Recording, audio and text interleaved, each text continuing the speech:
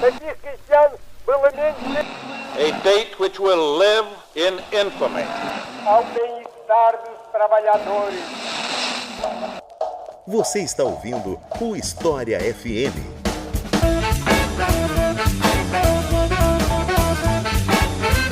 Salve, ouvintes do História FM, bem-vindos a mais um episódio do podcast do Leitura Obriga História.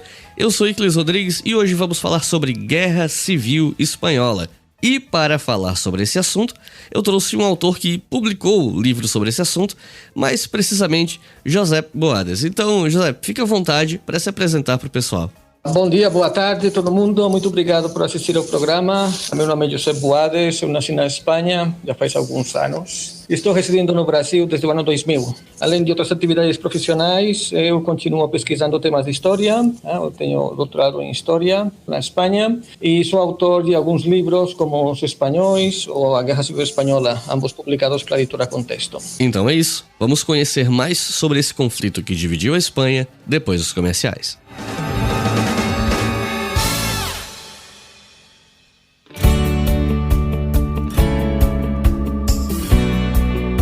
Quem acompanha o História FM sabe, mas quem não acompanha talvez vai ficar sabendo agora. Nós temos uma campanha que financia o História FM no Apoia-se. E não só o História FM, mas também outros podcasts que são produzidos pelo Leitura Obriga História, como o Estação Brasil e o Colunas de Hércules. E com um valor bem baixo por mês, a partir de R$2, você já financia todos os podcasts da casa. A existência desses podcasts depende dos nossos apoiadores.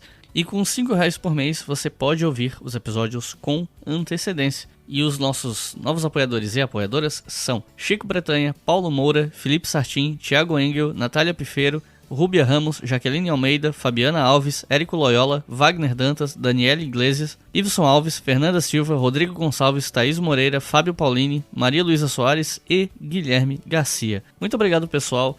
São vocês que mantêm o podcast vivo. E se você que está aí ouvindo quiser apoiar a Leitura Obriga História, você pode fazer isso colaborando pelo Apoia-se. Mas, supondo que você não tenha condições de apoiar financeiramente de um ponto de vista mensal, digamos assim, porque o que de fato mantém esse trabalho é esse apoio mensal, né? Porque a gente garante que todo mês tem dinheiro entrando e a gente pode ter uma estabilidade, vamos dizer assim. A gente paga editor, a gente investe de uma maneira que isso retorne para melhorar sempre o material que a gente está fazendo.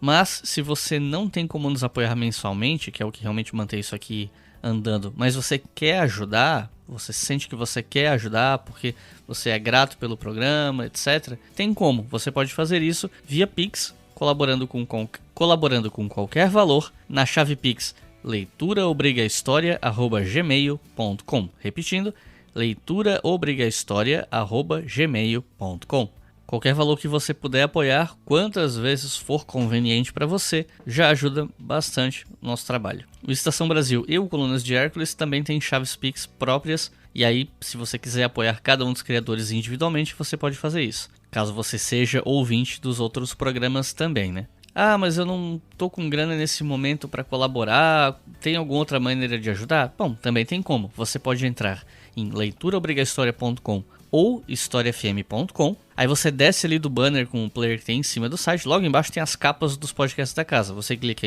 na capa do História FM, clica no post de algum episódio e lá você vai ter links para compra dos livros que foram sugeridos no fim de cada programa. Quando não tem link é porque eu não consegui achar o livro na Amazon, porque é um livro esgotado, algo assim. Mas quando eu acho o link na Amazon eu coloco ali, porque daí eu recebo comissão pelas compras que a galera faz na Amazon. Então é uma maneira de ajudar também, porque daí você compra uma coisa pra você sem pagar nada mais, por isso você tá oferecendo de certa forma uma comissão aqui pro Leitura Obriga História. Ah, mas eu não tô com grana pra comprar nada, eu posso ajudar? Pode. Você pode ajudar ouvindo todos os episódios, porque quando aparece alguma proposta de patrocínio, quando alguma editora, alguma empresa quer patrocinar um episódio, eles querem saber o quê? A audiência do programa. Então, escute todos os episódios, até aqueles que o tema não te interessa tanto, dá uma chance. Ouve todos os episódios e compartilha. Isso é uma maneira de ajudar o História FM, caso você não tenha condições financeiras de apoiar o podcast para ele continuar existindo. Então, tem muitas maneiras de ajudar, desde aquela totalmente gratuita até o apoio financeiro mensal, que é o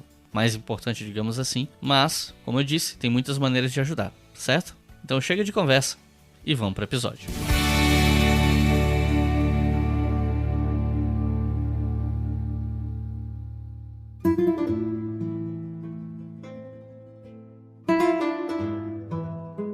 Para a gente começar a falar sobre Guerra Civil Espanhola, a gente tem que voltar para o século XIX, né? Porque como é um assunto muito longo para um episódio só, então, pelo menos eu acho que uma introduçãozinha, um entendimento básico da Espanha no século XIX é importante para a gente entender essa guerra civil, né? Então, eu queria começar a perguntar sobre os conflitos após a queda do antigo regime na Espanha. Primeiro, entre isabelinos e carlistas, e depois entre monarquistas e republicanos. O que a gente poderia falar sobre esse contexto? Bom, como você muito bem apontou, a guerra que ocorreu entre 1936 e 1939, e que é conhecida como a Guerra Civil Espanhola por antonomasia, na verdade é uma de tantas guerras civis que aconteceram na Espanha entre os séculos XIX e XX. De fato, a construção do Estado Liberal de Direito na Espanha foi bastante conflitiva, foi bastante problemática. De fato, começa com as invasões napoleônicas. Na verdade, foram as tropas de Napoleão que atravessaram a Península Ibérica para invadir Portugal. É um evento que também teria grandes consequências para a história do Brasil. Primeiro, como aliadas de Carlos IV, o rei da Espanha naquela época, que era o pai de Carlota Joaquina, e, portanto, o avô de Dom Pedro I do Brasil. E depois, digamos que aquela amizade acabou. Napoleão ordenou sequestrar a família real espanhola e colocou no trono de Madrid o irmão dele, José Bonaparte. Portanto, há uma linha do liberalismo espanhol, liberalismo afrancesado, como usa os documentos da época e a historiografia espanhola, que foi consequência de uma invasão militar. Mas também há um liberalismo autóctone próprio, que foi o resultado das Cortes de Cádiz e a promulgação da Constituição de Cádiz de 1812. No entanto, digamos que no liberalismo espanhol sempre haveria um pouco aquela mancha de ser um produto estrangeiro, um produto que vinha de fora. Portanto, quando acabam as guerras napoleônicas e o rei Fernando VII volta para Madrid, ele volta a estabelecer o absolutismo. Ao longo do reinado de Alfonso VII, que acaba em 1833, haverá diferentes golpes de Estado e diferentes tentativas de restabelecer a ordem liberal. E quando Fernando VII falece, se abre uma longa guerra civil, que foi a primeira guerra carlista. O equivalente das guerras carlistas em Portugal seria a guerra miguelista, aquela que enfrentou Dom Pedro I do Brasil com o irmão dele, Dom Miguel. Eram, por um lado, um conflito, digamos, dinástico, entre dois irmãos que lutavam pela mesma coroa, mas também foi um conflito ideológico, já que o lado carlista era o lado partidário do antigo regime, enquanto o lado isabelino, que era a filha de Fernando VII, era partidário de estabelecer um sistema constitucional liberal. Ao longo do século XIX houve 3 guerras carlistas em diferentes períodos. O reinado de Isabel II foi teoricamente um reinado liberal, mas também aconteceram diversos golpes de Estado e conflitos e movimentos constitucionalistas. E, finalmente, em 1868, a rainha foi derrubada por uma revolução democrática e houve por 6 anos o que foi conhecido como um sexênio revolucionário ou sexênio crítico, em que aconteceu um pouco de tudo. Houve ditadura militar, houve a importação de uma dinastia estrangeira, houve inclusive a proclamação da Primeira República, em 1873. A Primeira República foi de curta duração, não conseguiu chegar nem sequer a um ano. Provocou mais 2 guerras civis, a Guerra Cantonalista e a Terceira Guerra Carlista. E, de fato, se alguém tiver interesse em entrar no dicionário da Real Academia Espanhola, que seria o dicionário normativo da língua espanhola ou castelhana, e procura o termo república, encontrará como 6ª definição irônica lugar onde reina a desordem.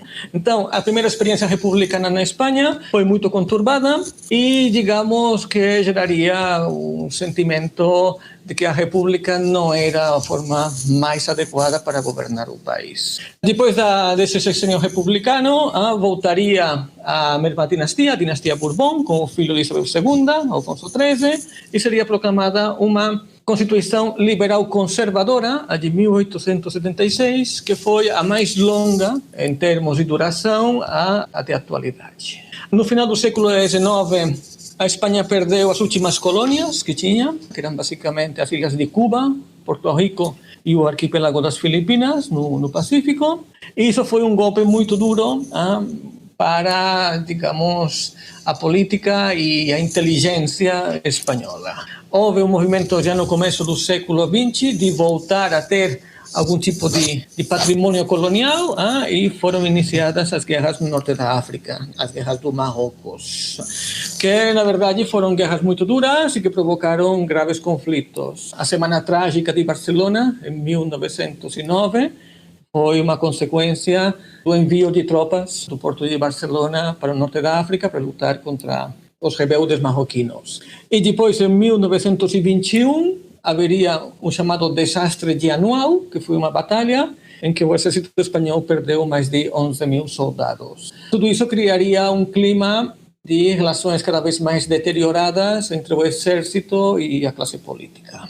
Em 1923, concretamente no mês de setembro, o capitão-general da Catalunha, Miguel Primo de Rivera, resolveu dar um golpe de Estado e acabou com o regime constitucional de 1876. O rei na época, que era o rei Afonso XIII, digamos que aceitou o desafio do general e o nomeou primeiro-ministro. A ditadura de Primo de Rivera teve alguns anos com alguns avanços notáveis, tanto no plano econômico, conseguindo uma estabilidade e um crescimento econômico, e também no âmbito militar, em que conseguiram, digamos, controlar o protetorado espanhol do norte da África e derrotar as tropas marroquinas de Abd el-Krim.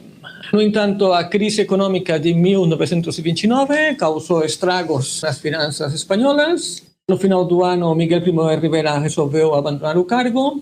Em 1930, houve mais dois governos militares, o general Berenguer e o almirante Aznar. E quando chegamos na primavera de 1971, houve uma tentativa de voltar ao regime constitucional anterior, ao de 1876, organizando eleições municipais, de dia 12 de abril de 1961. Essas eleições, em praticamente todas as capitais de província, foram ganhas pelos partidos republicanos. E quando foram feitos públicos os resultados eleitorais, isto foi no dia 14 de abril, foi proclamada a República na Espanha e o rei Afonso XIII, junto com a família real Borbón, resolveu sair do país e ir para o exílio. Com essa fundação da Segunda República da Espanha, né, a gente tem aí um momento que é fundamental para entender a escalada que levou à guerra. E aí eu queria te perguntar, mais ou menos, que mudanças políticas e sociais essa Segunda República trouxe de mais relevantes e que grupos essa República beneficiava? Quais grupos ficaram insatisfeitos com essa Segunda República? Bom, a Segunda República teve que afrontar uma série de desafios bastante importantes, que já vinha se alastrando praticamente desde o século anterior. Por um lado, havia a questão da religião. Temos que pensar que a Espanha, há tempos recentes, foi um país eminentemente católico.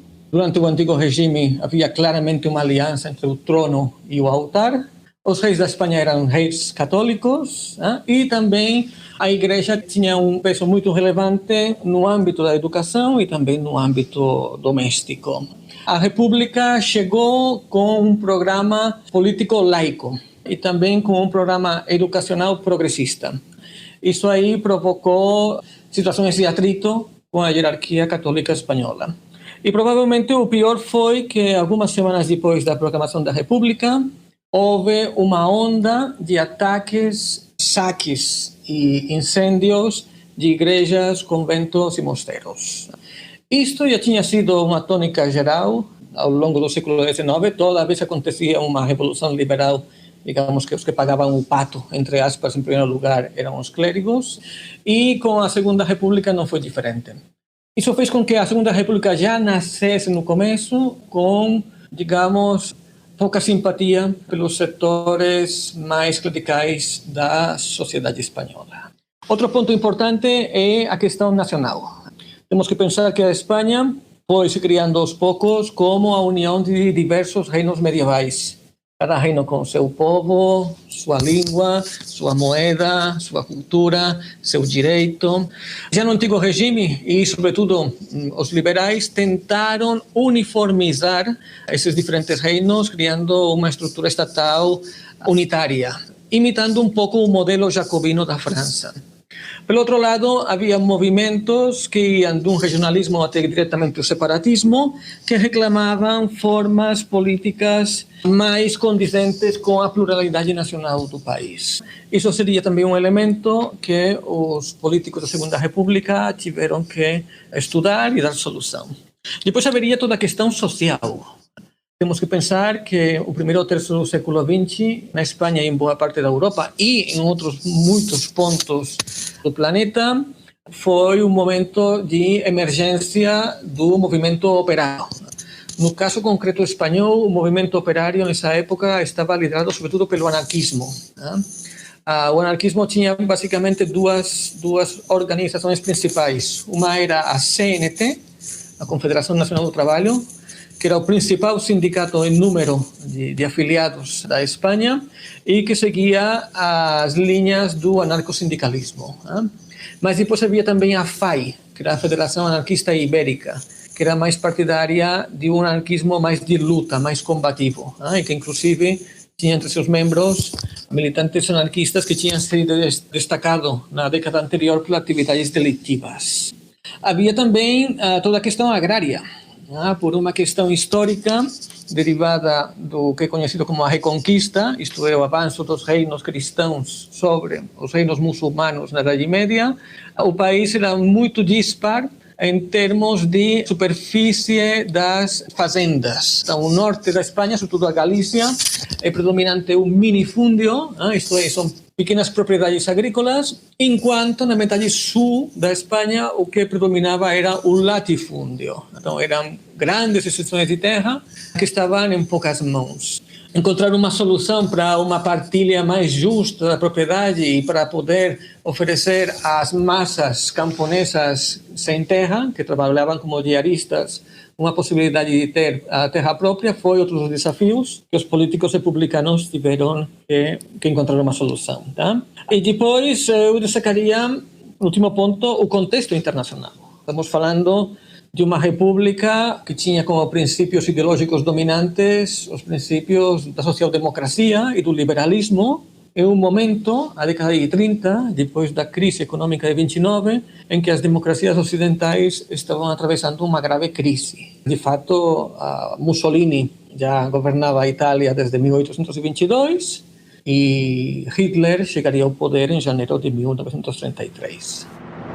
En Madrid, el Comité Revolucionario proclama la República, lo que se conocerá como Segunda República, ya que España había tenido otra fallida aventura republicana muchos años antes. A polarização e o antagonismo político foram escalando e em 1936 a gente teve as eleições gerais onde a Frente Popular venceu. O que era exatamente essa Frente Popular e como essa eleição influenciou no começo da guerra, descambando para um golpe militar? Bom, na verdade, as frentes populares foram um resultado basicamente de uma ordem ou uma instrução que chegou de Moscou. Até 1935-36, os partidos comunistas, que estavam dentro da Terceira Internacional, o Comintern, tinham a instrução da Central de evitar alianças com forças políticas burguesas. Isso mudou a partir de 1935, quando Stalin começou a temer o avanço do nazismo e do fascismo pela Europa Central.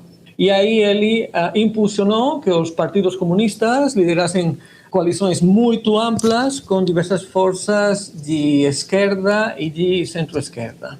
Então, a Frente Popular Espanhola apresentou uma coalição que incluía praticamente todas as forças progressistas do país, salvo os anarquistas. O anarquismo resolveu ficar fora para as eleições de fevereiro de 1936. E o resultado foi que ganharam a eleição. A Frente Popular ganhou a eleição na Espanha, mas também na França e também no Chile.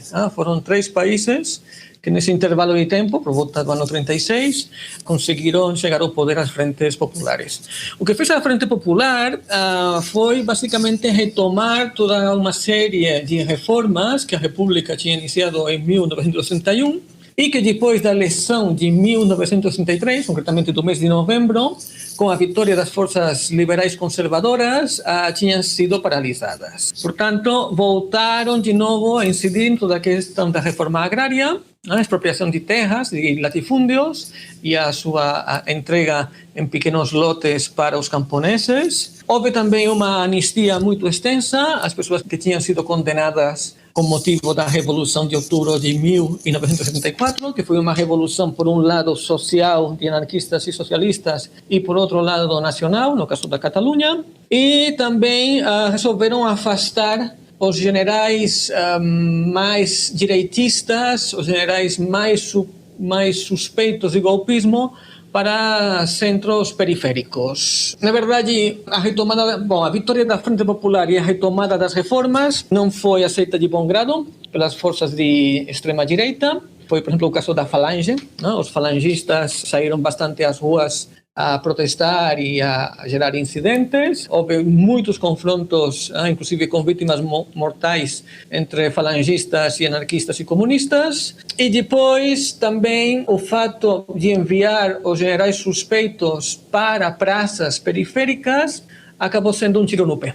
Porque, por exemplo, enviaram o general Franco para as Ilhas Canárias e, portanto, estava muito perto das tropas do norte da África. Enviaram o general Godet para as Ilhas Baleares, portanto ficava muito perto da Catalunha, e enviaram o general Emílio Mola para Navarra, e com isso conseguiram que tivesse um contato muito estreito com conspiradores carlistas. Esse clima de violência política foi piorando ao longo do primeiro semestre de 1966 e, de fato, o assassinato do líder monárquico José Calvo Sotelo, em julho desse ano, foi um dos estopins, foi um dos motivos, ou um dos pretextos que precipitaram o golpe de Estado. E aí, nesse ponto, eu queria te perguntar sobre quem eram exatamente os atores sociais dessa guerra civil.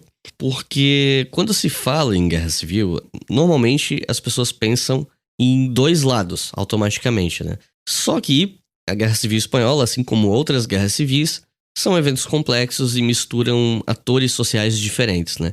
Então, por exemplo, aqui a gente tem os militares rebeldes, os republicanos, os anarquistas, socialistas, comunistas, enfim. Você poderia explicar pra gente quem eram os grupos envolvidos nessa guerra?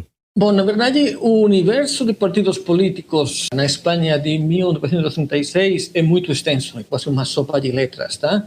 Mas eu tentarei resumir de uma forma rápida e vou fazer um pouco uma revisão das principais forças políticas e sociais, começar pela extrema esquerda e vou ir caminhando para a extrema direita. Então, na extrema esquerda, tínhamos os anarquistas, como já tinha comentado, a CNT no lado sindical e a FAI no lado da ação direta.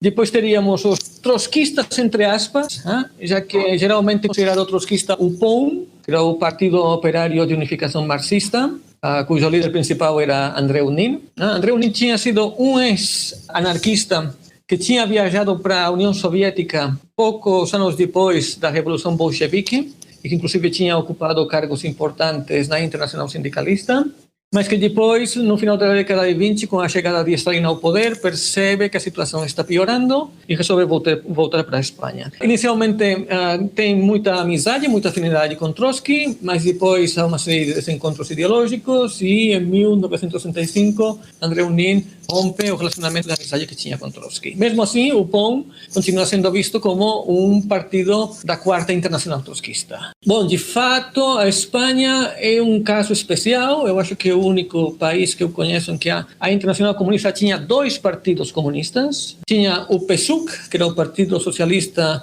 de Unificação da Catalunha, que era para a região catalã, e no resto da Espanha tinha o PSE, o Partido Comunista da Espanha. Provavelmente a figura mais conhecida do PSE fosse Dolores Ibarruri, a La Pasionaria. Depois haveria os socialistas, que seria a Segunda Internacional, que tinha um partido muito consolidado, que naquela época já tinha mais de 50 anos de história, que era o Partido Socialista Operário Espanhol, o PSOE, e um sindicato, a UGT, a União Geral de Trabalhadores, que inicialmente tinha sido um sindicato sindicato para alguns grupos profissionais muito específicos, como os ferroviários ou como os trabalhadores das indústrias gráficas, mas que depois iria se expandindo e se tornaria, depois da CNT, que era um sindicato anarquista, a principal força sindical espanhola. Os socialistas, na verdade, estavam divididos em muitos grupos ideológicos diferentes. Haveria um setor mais revolucionário, que tinha como líder Francisco Largo Caballero, que defendia uma proximidade com os comunistas. De fato, houve uma tentativa de unificar socialistas e comunistas, que deu como resultado o PSUC, o Partido Comunista da Catalunha, e também a Juventude Socialista Unificada, que teve como primeiro secretário-geral uma figura histórica do comunismo, que se tornaria posteriormente, como foi o caso de Santiago Carrillo. Mas também havia um setor mais moderado, mais próximo de umas teses social-democráticas, e que tinha a figura de Indalecio Prieto, provavelmente o político mais destacado. Caminhando um pouco mais para o centro, haveria o Partido da Esquerda Republicana, que tinha Manuel Azaña como figura mais importante. Era um partido mais centrista, mais intelectual, que procurava o que se chamava a regeneração. Então, consideravam que a Espanha era um problema, que a Espanha estava em decadência e que havia que procurar algumas vias para que a Espanha se tornasse um país homologável aos países mais avançados da Europa. E para isso fazia falta reformas na área educativa, reformas na área econômica, a questão agrária, etc., etc. Depois teríamos as forças de centro-direita, que eram várias e bastante dispersas. Eu diria que a mais importante era o Partido Radical, de Alejandro Lerroux. No entanto, essas forças de centro-direita, esses republicanos liberais, quando chegam a 1936, estão claramente em decadência. Isso foi porque nos 2 anos anteriores que governaram o país, houve toda uma série de escândalos de corrupção, o mais conhecido foi o do Extraperlo, que provocaram que a imagem desses políticos ficasse bastante deteriorada. Depois teríamos a direita, propriamente dita, que haveriam grupos diversos, haveriam os agrários e os católicos, principalmente, que já em 1933 conseguem se unificar em um partido único, que será a SEDA, que é a Confederação Espanhola de Direitas Autónomas, que tinha em José María Gil Robles o líder principal. Era um partido conservador, um partido tradicional, mas que, por conta do momento histórico em que estamos, a década de 30, tentava copiar alguns traços do fascismo e do nazismo. De fato, Gil Robles era aclamado nos comícios como o chefe e nas campanhas eleitorais a SEDA às vezes tentava imitar algumas técnicas de propaganda de Goebbels, o ministro de propaganda nazista. Mais à direita teríamos os tradicionalistas, os carlistas, que eram, digamos, os saudosos do antigo regime, que para eles a questão do liberalismo e da república era praticamente um pecado. E, de fato, a Guerra Civil Espanhola que estamos falando agora, de 36 a 39, para os carlistas seria a quarta Guerra Carlista. E, finalmente, já no extremo mais à direita, haveria os falangistas. A Falange foi um partido fundado em 1933, foi fundado por José Antonio Primo de Rivera, que era filho de Miguel Primo de Rivera, aquele que foi ditador na Espanha entre os anos 1923 e 1929. Era um partido que, basicamente, copiava o modelo do fascismo italiano e o adaptava à realidade histórica e social da Espanha. Isso seria basicamente o espectro político a nível da Espanha, mas temos a acrescentar as forças nacionalistas e regionalistas, que eram muito fortes, sobretudo no País Vasco, e estavam concentrados em um partido, o Partido Nacionalista Vasco, que era um partido conservador e católico, e ao mesmo tempo defensor da identidade própria do País Vasco. Na Catalunha, encontramos uma diversidade de forças políticas. As principais seriam a Esquerda Republicana da Catalunha, que era um partido de centro-esquerda, Estat Català, que era um partido abertamente independentista, a Liga Regionalista, que era um partido liberal conservador, e também a União Democrática da Catalunha, que era um partido democrata cristão. E havia outras forças regionalistas, como no caso da Galícia, que teve como principal líder Casares Quiroga, que era o primeiro-ministro da República quando aconteceu o golpe de Estado, e na Andaluzia, em que havia um notário chamado Blas Infante, que foi um dos idealizadores do nacionalismo andaluz.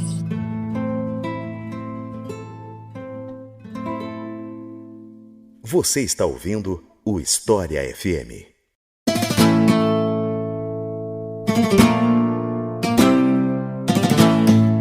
E como é que foi a reação do resto do mundo em relação a essa guerra? Eu tô perguntando assim, né, e fica muito abrangente falar desse jeito, mas é fato que houve apoio internacional para ambos os lados, e nós tivemos a formação que ficou conhecido como Brigadas Internacionais, que é essa história das Brigadas Internacionais, ela é bem célebre quando se pensa em Guerra Civil Espanhola, né? Então eu queria que você nos contasse quais nações apoiaram o lado franquista, quais apoiaram a República, quem se absteve, enfim, e o que eram as Brigadas Internacionais. Muito bem. Digamos que o aliado natural da República deveriam ser as democracias ocidentais, principalmente França e Grã-Bretanha, e em menor medida Estados Unidos. Embora Estados Unidos estivesse mais longe e naquele momento ainda praticava um certo isolamento. No entanto, as potências ocidentais ficaram apavoradas com o que estavam vendo que acontecia na Península Ibérica. E, portanto, a primeira reação não foi tanto de apoiar a República, mas de evitar que as chamas do incêndio espanhol pudessem acabar queimando todo o continente. Portanto, já nas primeiras semanas da guerra, e foi uma iniciativa francesa e britânica, foi constituído o Comitê de Não Intervenção, que basicamente o que procurava era que todos os países evitassem algum tipo de intervenção no país que pudesse alongar o conflito. Isso aqui, na verdade, foi muito ruim para os interesses da República, já que o Comitê de Não Intervenção impedia que os republicanos pudessem comprar armamento no exterior. De fato, aliados verdadeiros da República só houve dois. Por um lado, o México, do presidente Lázaro Cárdenas, que abraçou a causa republicana e a causa das liberdades e a democracia na Espanha, e, por outro lado, a União Soviética. A União Soviética foi um aliado um tanto sui generis, porque o apoio de Stalin teve que ser comprado pela República. Em setembro de 1936, já quando havia o perigo de os rebeldes conseguirem uma vitória rápida, todo o estoque de ouro que havia acumulado no Banco de Espanha saiu de Madrid, foi embarcado no porto de Cartagena e foi enviado para o porto de Odessa, atualmente na Ucrânia. Com esses recursos, Stalin enviou para a República tanques, aviões, fuzis, armamento e também assessores militares. Esse foi o grande apoio da República do ponto de vista militar, a União Soviética. Por outro lado, Franco teve dois aliados principais, Benito Mussolini, o duce italiano, e Adolf Hitler, o Führer alemão. E, em menor medida, também o ditador português Antônio Oliveira Salazar. Hitler enviou a Legião Condor, que eram basicamente aviadores, era uma força aérea, inclusive para a Luftwaffe, as operações da Guerra Civil Espanhola serviram como campo de práticas para o que depois seria a Blitzkrieg na Segunda Guerra Mundial. E Mussolini também enviou força aérea e enviou aproximadamente um corpo expedicionário de 30.000 soldados, as tropas voluntárias italianas, além de bastantes veículos acorazados, blindados. E depois também haveria a questão de qual foi a postura do Brasil. De fato, quando foi comunicado o evento, Getúlio Vargas resolveu se manter totalmente neutro. De fato, o Brasil nem sequer fez parte do acordo de não intervenção. Getúlio Vargas considerou que a guerra civil era uma questão interna da Espanha e que, portanto, o Brasil não tinha que ter qualquer posição a respeito. No entanto, sabemos, porque temos documentos, que o Brasil de Vargas enviou ajuda aos militares sublevados, basicamente carregamentos de açúcar e também café. Em relação às brigadas internacionais, sendo que as potências ocidentais se mantinham isentas, se mantinham neutras e a República não conseguia o apoio, diversos partidos comunistas organizaram uma rede paralela para que voluntários pudessem ir lutar na Espanha. O centro de recrutamento das brigadas internacionais estava em Paris. De Paris, os voluntários iam para Albacete, uma cidade da metade sul da Espanha, e lá eram organizados em diferentes brigadas. Geralmente, cada brigada estavam distribuídos por grupos linguísticos. Havia brigadas alemãs, havia brigadas que eram dominadas pelos italianos, havia brigadas que eram dominadas pelos franceses, etc, etc, etc. E as brigadas internacionais resultaram ser uma tropa de choque muito importante já a partir do mês de novembro de 1966. No entanto, o Pacto de Munique de outubro de 1968 decretou a retirada dessas tropas. que já no mês de novembro tiveram que abandonar oficialmente o país. É verdade que alguns brigadistas continuaram lutando, porém integrados dentro do Exército Popular da República. E houve brigadistas brasileiros. Não temos um número exato, era um contingente relativamente pequeno, possivelmente menos de 20 voluntários, que integraram sobretudo a Brigada Garibaldi, que era uma brigada integrada principalmente por italianos. E dois desses brigadistas, em concreto Apolônio de Carvalho e José Gai da Cunha, deixaram relatos autobiográficos contando a experiência da luta na Espanha. Quando a gente fala de guerras como a Primeira Guerra Mundial ou a Segunda Guerra Mundial, as pessoas conseguem lembrar os nomes de várias batalhas, né? Elas sabem muitos dos momentos chaves da guerra. Muitas vezes por conta de filmes, séries e afins. Já no caso da Guerra Civil Espanhola, é bem mais difícil você encontrar quem conheça as principais batalhas, e sempre que eu faço episódios sobre guerras, eu gosto de, na medida do possível, pelo menos, pedir que o convidado mencione algumas das principais batalhas, para que a gente traga um pouco dessa dimensão militar também, né? Então eu queria te perguntar, quais foram as principais batalhas dos primeiros anos da guerra? Levando em consideração que a gente está falando mais desse começo de guerra, né? Pelo menos dos primeiros anos, quais foram as principais batalhas? Na verdade, com a Guerra Civil Espanhola acontece um pouco o que também acontece com a Primeira Guerra Mundial. Então, foi mais uma guerra de atrito, uma guerra de pequenos avanços, de posições, do que realmente de grandes batalhas. A grande batalha da Guerra Civil Espanhola foi a Batalha do Ebro, que aconteceu entre julho e novembro de 1938. Foi realmente a batalha definitiva e aquela que determinou o fim da República. Mas provavelmente a Guerra Civil Espanhola seja mais conhecida não tanto por batalhas concretas como por episódios que acabaram se tornando bastante marcantes, não? Por exemplo, o conceito de quinta coluna ou quinta colunista, que seria um sinônimo de traidor ou de aquele que apoia o inimigo, aparece na Guerra Civil Espanhola. Depois, Guernica, famoso bombardeio da cidade basca de Guernica, que inclusive Pablo Picasso dedicou uma obra célebre, também foi outro desses momentos marcantes da Guerra Espanhola que ficaria, digamos, como uma página da história universal. Mas, para fazer um pequeno resumo da guerra de um ponto de vista bélico, poderíamos fazer a seguinte sequência de fases, tá? Na verdade, a guerra começa como um golpe de Estado, que acontece entre os dias 17 e 20 de julho de 1936. O grande idealizador do golpe de Estado, o general Emílio Mola, o que ele pretendia era que em poucos dias e de forma muito rápida e sangrenta, as forças rebeldes controlassem o país e, digamos, assassinassem ou prendessem as principais lideranças operárias e de esquerda. O resultado é que a Guerra Civil foi uma consequência de um golpe de Estado que fracassou. Então, o golpe de Estado de 17, 18 e 19 de julho fracassa. Dentro do lado republicano se abre um debate muito grande, porque os partidos políticos e os sindicatos exigem ao governo que abra os arsenais e entregue armas para a população. Isso será um debate que fará com que em 48 horas a República tenha 3 primeiros ministros diferentes. Finalmente será José Giral, que era um homem de confiança do presidente da República, Manuel Azaña, que resolverá abrir os arsenais, entregar armas e com essas armas as forças irregulares e milicianas conseguirão parar o golpe. Portanto, quando chegamos por volta do dia 21, 22 de julho, encontramos que a Espanha está dividida em 2 metades quase iguais. Uma controlada pelos militares sublevados e a outra controlada pelo governo da República.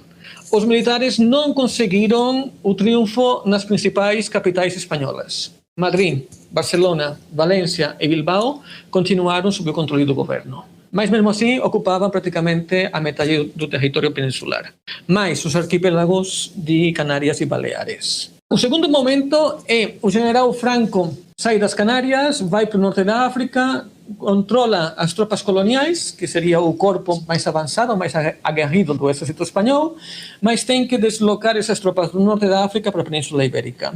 Aqui será chave o apoio aéreo italiano e também alemão, já que havia o perigo de os republicanos controlarem o mar, no Estreito de Gibraltar, e impedir o avanço das tropas. Isso seria aproximadamente o mês de agosto, que conseguem deslocar esses contingentes para Andaluzia, para o sul, e é quando começa a operação para ir avançando para o norte. com o objetivo de chegar às portas de Madrid, atravessando a região da Extremadura. Chegam, bom, na verdade, o caminho para Madrid estava praticamente aberto no final de setembro, porém, o general Franco resolve que, em lugar de atacar diretamente a capital, prefere enviar as tropas mais para leste, para a cidade de Toledo, onde havia um contingente de tropas sublevadas que estavam cercadas pelos republicanos desde o golpe, desde 18 e 19 de julho. O triunfo em Toledo fará com que o general Franco se torne a liderança do lado rebelde e, finalmente, em novembro, resolve atacar Madrid diretamente, através da cidade universitária. Mas, nessas semanas de intervalo, as tropas republicanas conseguem estruturar as defesas, as duas primeiras brigadas internacionais já entram em operação e os rebeldes, os sublevados, os franquistas, não conseguem ocupar Madrid. Nos primeiros meses de 1937, haverá várias manobras envolventes para tentar cortar a principal via de comunicação de Madrid com Valência. Primeiro será através do sul, através do rio Jarama, que é um afluente do Tejo, e depois será pelo norte, tentando cortar a estrada com Guadalajara. Ambas manobras fracassam e Madrid continua sitiada, porém com contato com o porto de Valência. É nesse ponto que Franco resolve deixar de lado a ofensiva sobre Madrid e procurar outros alvos periféricos. O primeiro será a cidade de Málaga, no sul, e depois será a campanha do norte. O norte, que seriam basicamente as regiões do País Basco, Cantábria e Astúrias, era muito importante estrategicamente porque era a base da indústria sidrometalúrgica espanhola, da indústria de armamentos, tanto armas quanto explosivos, e também as principais minas de carvão e de ferro. A campanha do norte foi muito longa, ocuparia praticamente todo o ano de 1937, para tentar diminuir a pressão sobre essas regiões estrategicamente tão importantes. O governo da República lança algumas contraofensivas, como manobras de diversão. As principais são as batalhas de Brunete, em julho de 37, e a de Belchite, mas na verdade não conseguem o resultado almejado. E por volta do mês de outubro, novembro, as tropas franquistas conseguem controlar toda a vertente cantábrica, todo o norte da península. No inverno de 37 e 38 acontece a Batalha de Teruel, que foi uma batalha duríssima, porque aquele inverno foi muito frio. Teruel é um local dentro da Península Ibérica que tem invernos especialmente rigorosos, mas nesse aí conseguiram chegar a temperaturas de até menos 20 graus. Portanto, foi conhecido Teruel como o pequeno Stalingrado. Os republicanos tomaram a iniciativa, mas conseguiram ocupar a cidade, mas depois os franquistas contra-atacaram e recuperaram o terreno perdido. Depois da Batalha de Teruel, e estamos entrando no mês de abril de 1938, os rebeldes conseguem chegar ao norte de Valência, uma localidade chamada Vinarós, e com isso, ao chegar ao Mediterrâneo, dividem a área republicana em duas partes. A Catalunha ao norte, o que seria Madrid, Castela Mancha e Valência ao sul. A partir daquele momento, digamos que o destino da República já está marcado. É nesse momento que os republicanos tentam a última ofensiva para voltar a unir os dois lados da área controlada pela República e iniciam a Batalha do Ebro. Uma batalha em que se estima que lutaram mais de 200 mil soldados. E foi uma batalha longuíssima, uma batalha de atrito e tremendamente dura. Com o fim da Batalha do Ebro, que os franquistas acabam ganhando, no mês de novembro de 38, começa a operação de conquista da Catalunha. Barcelona cai por volta do dia 30 de janeiro de 1939. E aí, digamos que a República fica sem fronteira terrestre com a França. Dentro do lado republicano há uma discussão sobre se seria melhor apresentar a rendição. Negrin, que é o primeiro-ministro republicano, considera melhor esticar ao máximo a guerra, porque ele considera que antes ou depois vai explodir a Segunda Guerra Mundial e que, portanto, os países ocidentais que deram as costas à República vão ter que procurar na República um aliado contra as forças do eixo, mas a situação é cada vez mais complicada, a República está sofrendo muito e na última semana de março de 39 haverá um golpe de Estado dentro da República, Negrin é afastado do poder e os militares golpistas tentarão um acordo com o general Franco que não conseguirão. Portanto, no dia 1º de abril de 1939, a República finalmente se rende. El gran objetivo de los sublevados es tomar la capital. La gran ofensiva de Madrid es planificada como un movimiento convergente de las tropas de Mola por el norte y las de Franco por el sur. Si cae Madrid, los nacionales tienen ganada la guerra, pero los defensores de la República no se lo ponen fácil.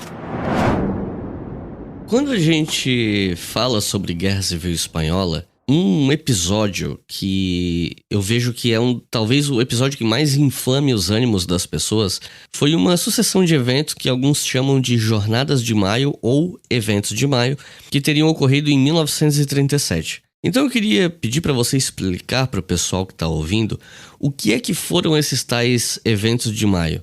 Que debate é esse? O que é que aconteceu? Por que ainda hoje as pessoas estão brigando e discutindo sobre esse tema? Enfim. Bom, eu diria que o principal desafio interno que ambos os lados da guerra tiveram que encarar era conseguir a unidade.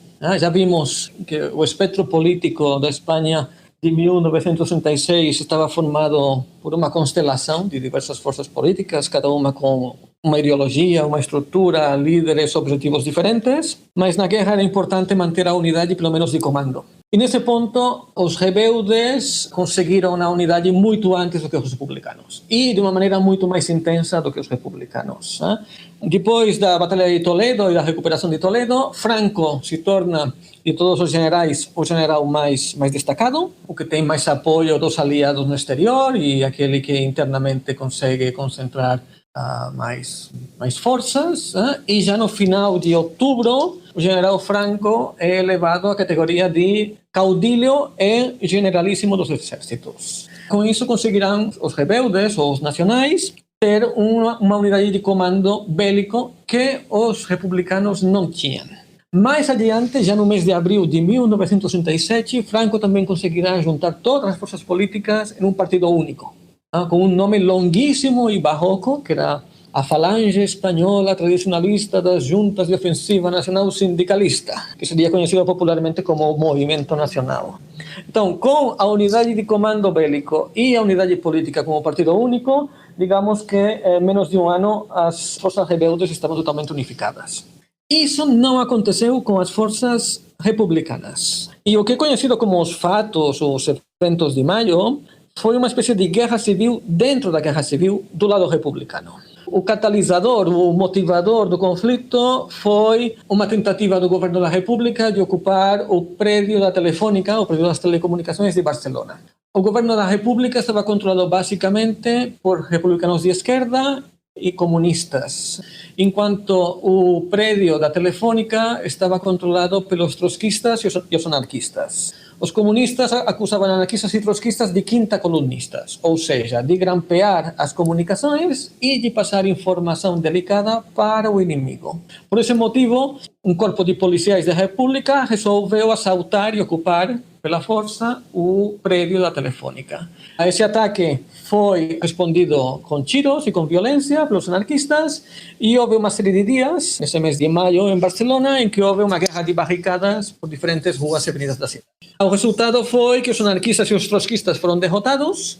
Quem levou a pior parte foi o POU, o Partido Operário de Unificação Marxista, que tínhamos comentado, de Andreu Nin. Agentes soviéticos sequestraram Andreu Nin, levaram ele de Barcelona para a cadeia de Alcalá de Henares, uma cidade próxima de Madrid.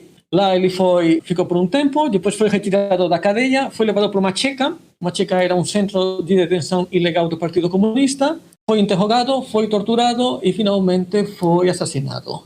Parece que o corpo foi jogado no acostamento de uma estrada, mas ainda hoje não sabemos onde está exatamente. Na verdade, o que aconteceu foi uma aplicação dentro da Guerra Civil Espanhola das técnicas de expurgo que naquele mesmo momento Stalin estava praticando na União Soviética.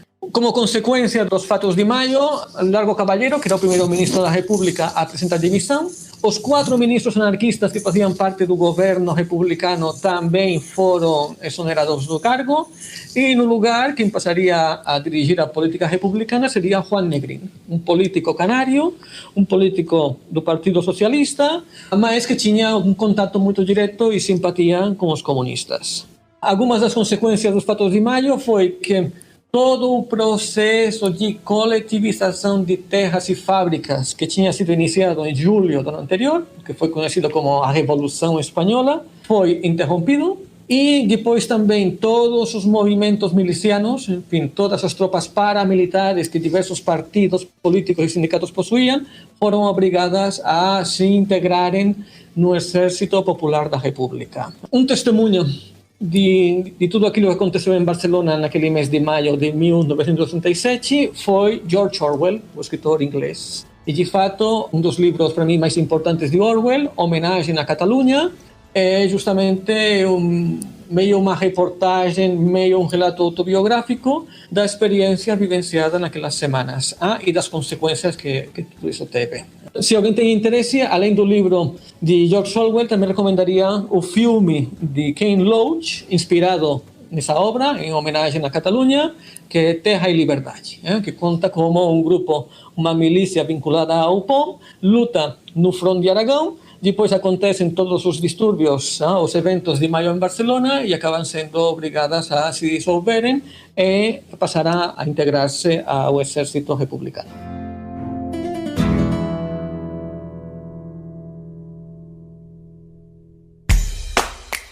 Se você quiser colaborar com o História FM, você pode fazer isso via Pix, usando a chave leituraobrigahistoria@gmail.com. E assim você colabora para manter esse projeto educacional gratuito no ar.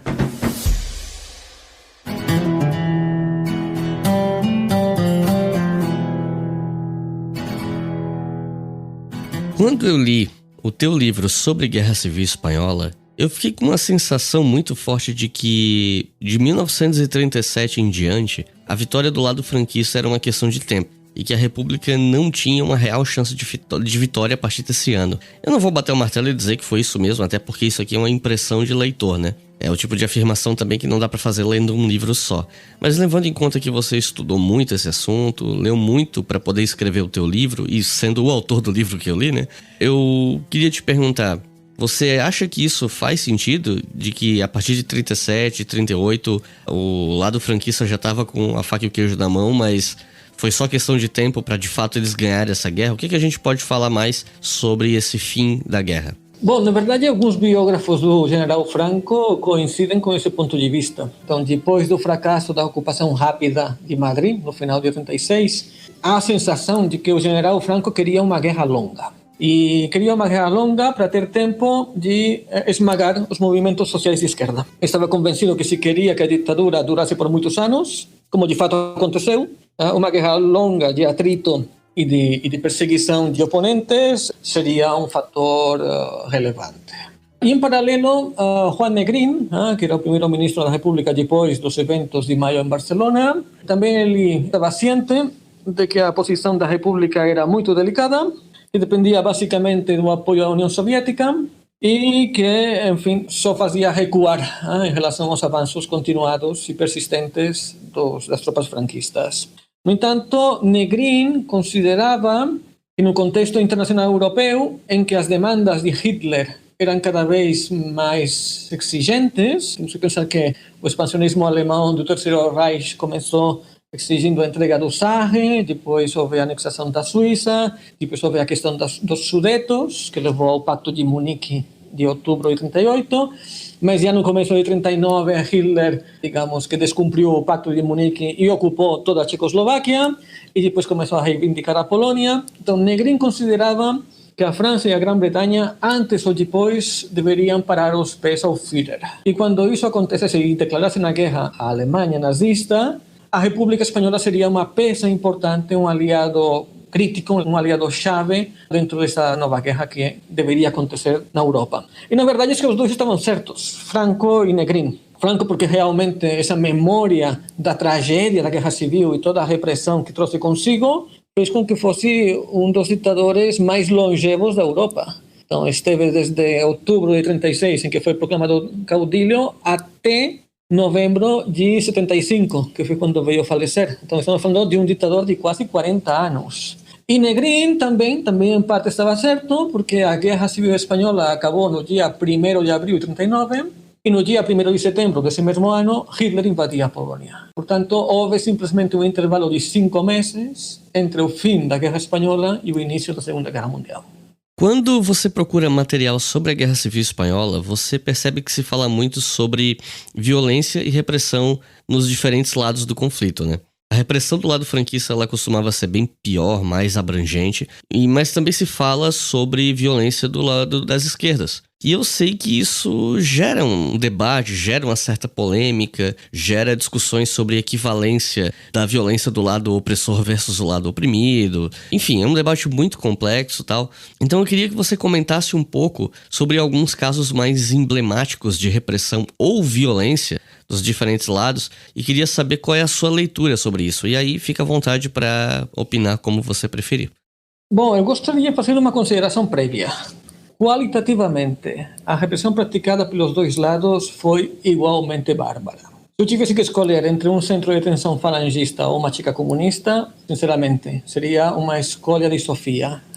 No entanto, numericamente é verdade. Os franquistas causaram mais vítimas que os republicanos. Paul Preston, que tem um livro publicado alguns anos atrás, O Holocausto Espanhol, ele calcula que houve aproximadamente 150.000 mortos causados pela repressão azul franquista contra 50.000 aproximadamente ocasionados pela repressão vermelha.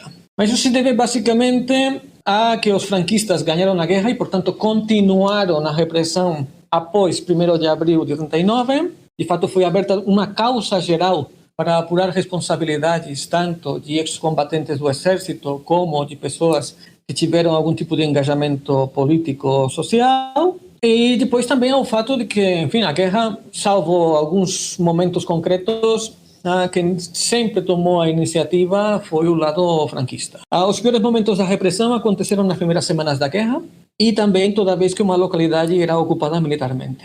E quando acabou a guerra, com a causa geral. Ambos os lados importaram novas técnicas de tortura.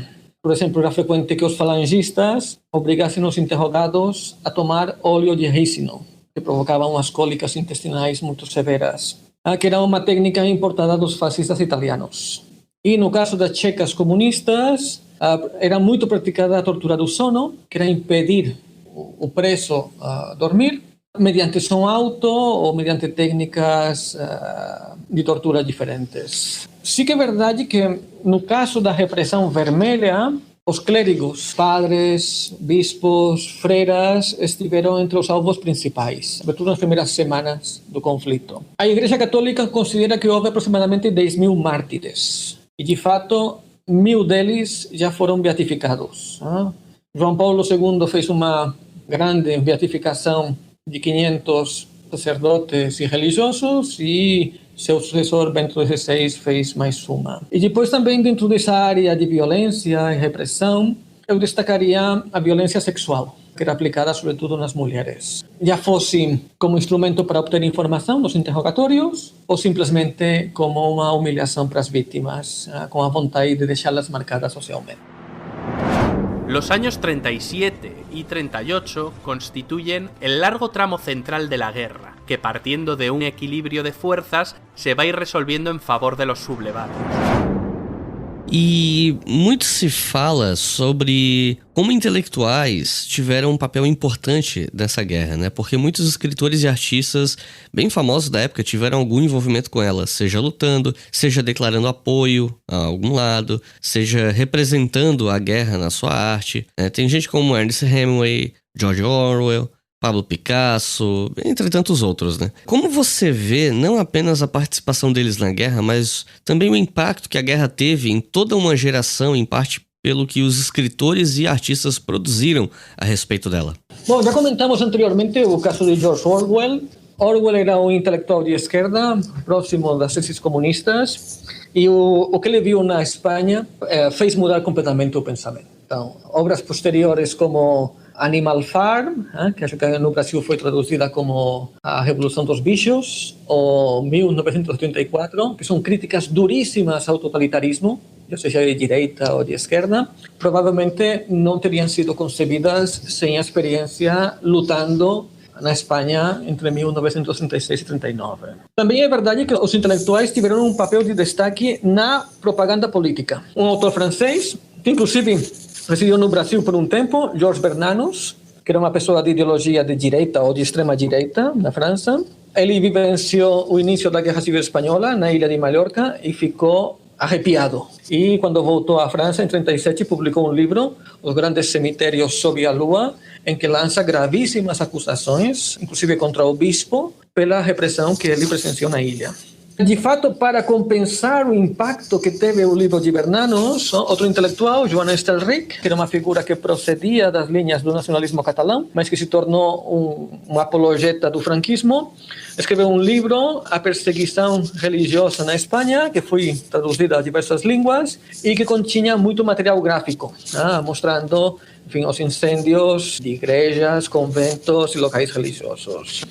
Também a Exposição Universal de Paris, de 1937, foi palco do combate ideológico entre os dois lados da guerra, já que tanto a República quanto o lado rebelde tinham seus próprios pavilhões. No caso do pavilhão republicano, a obra estrela foi o Guernica, de Picasso, que foi uma obra de encargo que fez o governo da República para o artista espanhol, e quando ele estava pensando o que poderia acontecer, o que ele poderia criar para esse evento, aconteceu o bombardeio de Guernica. E todas as imagens e todos os relatos de como os aviões alemães tinham praticamente arrasado aquele vilarejo do País Basco, motivaram o que, sem dúvida, é uma das obras pictóricas mais relevantes do século XX. Em Valência, em 1937, foi organizado o segundo Congresso de Intelectuais Antifascistas, que, além dos principais escritores espanhóis daquela época, também atraiu o interesse de grandes autores latino-americanos. Pablo Neruda ou Octavio Paz, por exemplo, participaram do Congresso.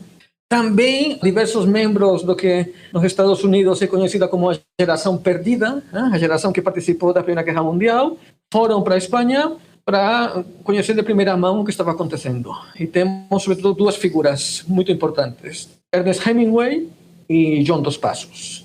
Então, da experiência na Guerra Espanhola, Hemingway nos deixou um romance, Por Quem Dobram os Sinos, que também ganharia uma adaptação cinematográfica, protagonizada por Gary Cooper, se não estou enganado.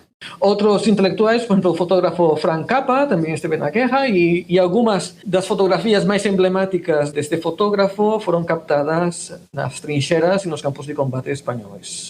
Também temos que comentar o fato de grandes intelectuais que foram assassinados durante a guerra. Provavelmente o caso mais famoso é o de Federico García Lorca. Mas também do lado dos rebeldes, do lado dos sublevados, algumas figuras importantes como Ramiro de Maeztu, que era um intelectual de destaque da geração de 1898, também foi vítima, desta vez, dos republicanos. Unamuno, Miguel de Unamuno, que era um grande intelectual espanhol, que era o reitor da Universidade de Salamanca, inicialmente mostrou simpatia pelo golpe de Estado e pelos militares sublevados, mas depois, quando percebeu o rumo e a repressão que estava sendo praticada, resolveu mudar de opinião. E num famoso discurso na Universidade de Salamanca, em 12 de outubro de 1936, fez aquela famosa frase de vencereis, mas não convencereis. E no Brasil, podemos comentar diversos autores que foram impactados pelo que tinha acontecido na Espanha. Provavelmente Manuel Bandeira, e o poema Espanha no Coração,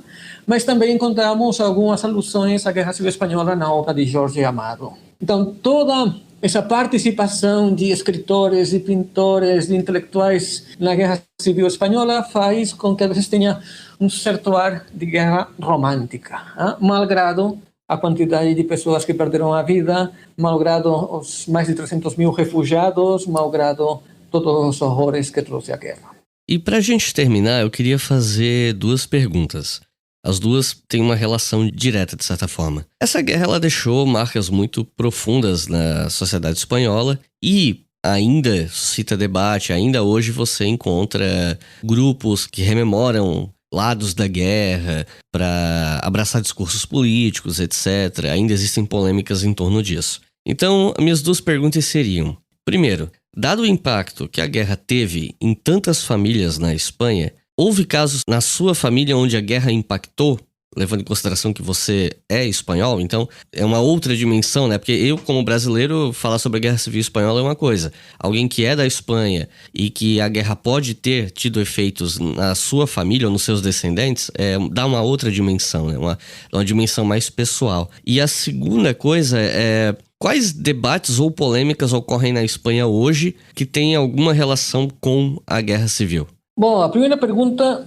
Por fortuna, a minha família, tanto a materna quanto a paterna, se viram pouco afetadas pela guerra. Digamos que os meus avós eram pessoas apolíticas e, inclusive, bom, a minha família é da Ilha de Mallorca. A Ilha de Mallorca ficou do lado dos rebeldes já no primeiro momento, já no dia 19 de julho, e foi pouco afetada pelos movimentos bélicos. Portanto, minha família, digamos que ficou quase ilesa, por fortuna, desse grande drama humano que foi a Guerra Civil Espanhola. Assim que eu tive um tio que, por uma questão de idade, coincidiu que ele devia ter uns 18, 19 anos no final da guerra e teve que participar da Batalha do Ebro. É um tio que faleceu quando eu era um menino de poucos anos, portanto nunca tive a oportunidade de conversar com ele, uma idade adulta, mas o que eu sei através de alguns parentes é que o trauma da guerra foi um trauma que ele carregou sempre e que evitava comentar ou relatar qualquer coisa relativa à experiência que ele teve nos campos de batalha. Em relação à Espanha, bom, na verdade, a Guerra Civil ainda serve para debates políticos. Eu diria que no plano acadêmico a situação está muito mais pacífica. Enfim, os congressos de historiadores profissionais entram em detalhes e tentam analisar e conhecer mais, com mais profundidade, o passado. Continuamente há novos estudos sobre microhistória, história local, novas sínteses, novas aproximações, novos enfoques, novos materiais, novas fontes, mas sempre, eu diria que com uma perspectiva muito profissional, muito de rigor acadêmico. É uma realidade que, nesse momento, a bibliografia que existe sobre a Guerra Civil Espanhola é praticamente inabarcável, é gigantesca. Mas sim que é verdade, no ponto de vista político, ainda levanta algumas polêmicas. É basicamente a polêmica da memória histórica. Seguramente a última importante foi no ano passado, em que o governo espanhol resolveu retirar os restos mortais do general Franco, que estavam enterrados no Vale dos Caídos. O Vale dos Caídos foi um túmulo, um mausoleu, que Franco mandou ordenar construir depois da Guerra Civil para servir de tumba, tanto de José Antonio Primo de Rivera, que foi o fundador da Falange, quanto dele próprio. É um monumento controverso, porque na verdade é mais um monumento à vitória de dois lados da guerra do que um monumento para a reconciliação, e um monumento que em parte foi construído por operários forçados. Então sim, a nível político ainda existem diversas polêmicas entre as forças de direita e esquerda sobre a interpretação e o uso que deve ser feito no conhecimento sobre a Guerra Civil.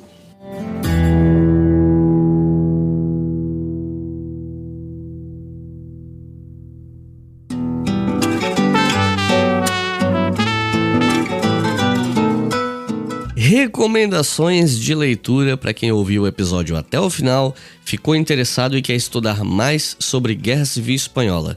Que livros você recomendaria para o pessoal que está ouvindo? Bom, na verdade pega um pouco mal, mas modéstia à parte, eu recomendaria a leitura do meu livro, A Guerra Civil Espanhola, o palco que serviu de ensaio para a Segunda Guerra Mundial, que publicou a editora Contexto em 2013. Eu recomendo porque eu acho que é uma síntese, com uma extensão que eu acho que é fácil de ler para leitores não especializados, e um livro que eu redigi aqui no Brasil e pensando em grande medida em um leitor brasileiro. Eu li esse livro e também recomendo. Muito obrigado. Depois, outros dois livros que eu recomendaria, na verdade são duas obras já clássicas. Uma seria A Guerra Civil Espanhola, de Hugh Thomas, um escritor inglês.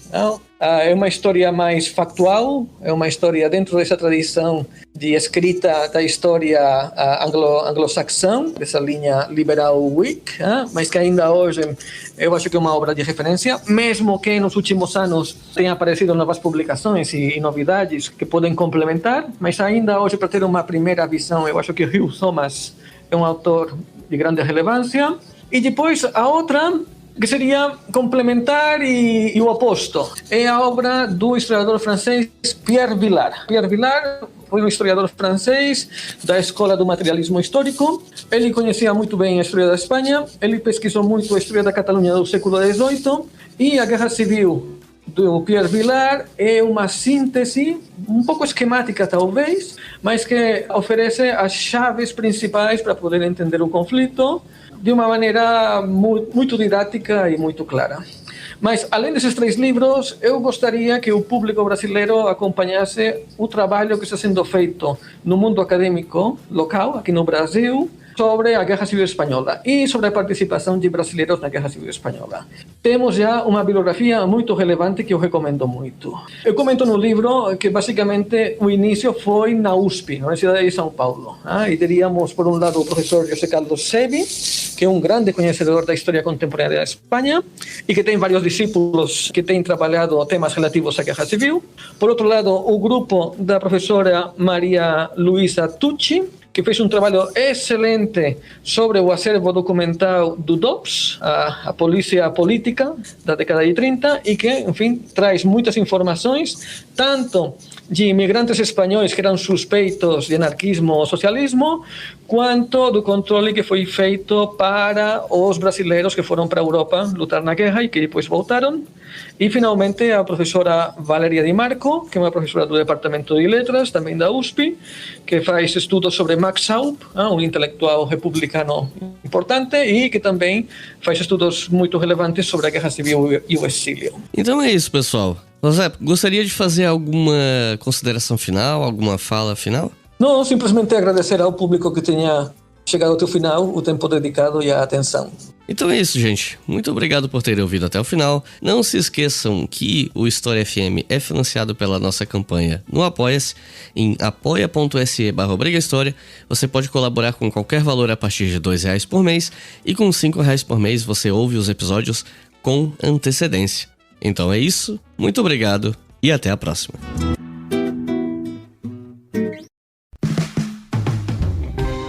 Este podcast foi financiado por nossos colaboradores no Apoia-se.